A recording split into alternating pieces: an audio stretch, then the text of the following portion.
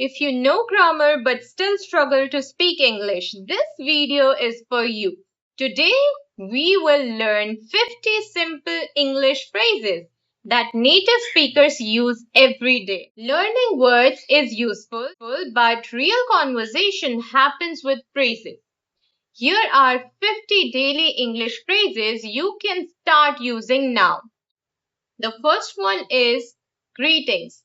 When you are greeting someone, the very common phrases you can use are, hey, how's it going? Hey, how's it going? What's up? How have you been? How have you been is just to ask that what they are doing nowadays. So, how have you been?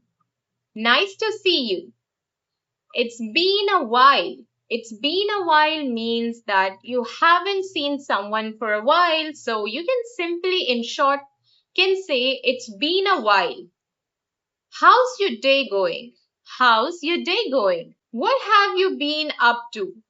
What have you been up to? Good to see you again. How are things? This is very simple. How are things?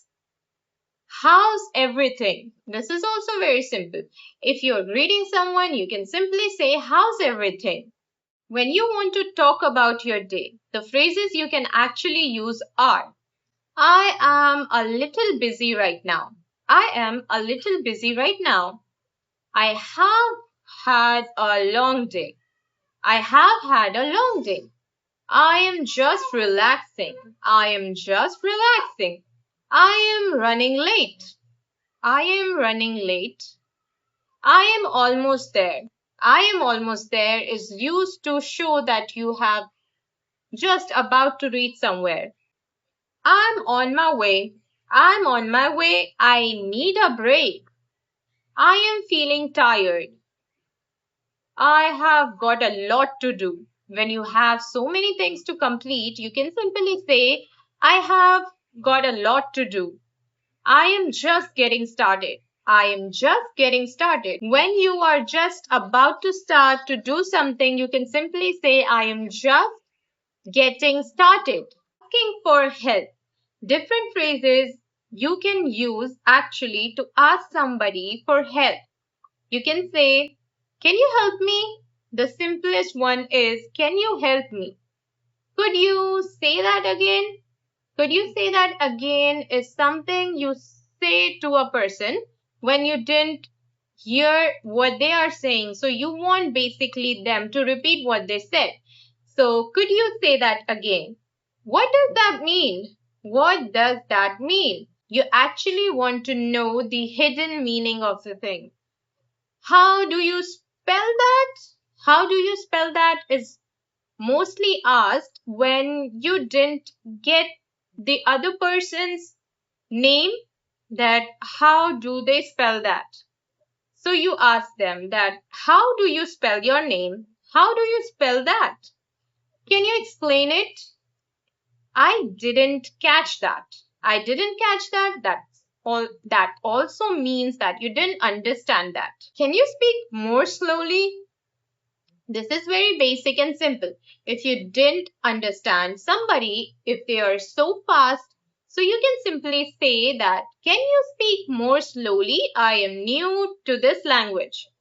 Where can I find this? Where can I find this? Just to ask the other person something you want to know, that where is that thing kept or is about a place. You can say, where can I find it? What time does it start? What time does it start? Do you know how this works? Do you know how this works? Making plans. If you have some plans, or do you want to ask the other person about making some plans, those simple phrases you can use for this are you free this weekend? The very common, are you free this weekend?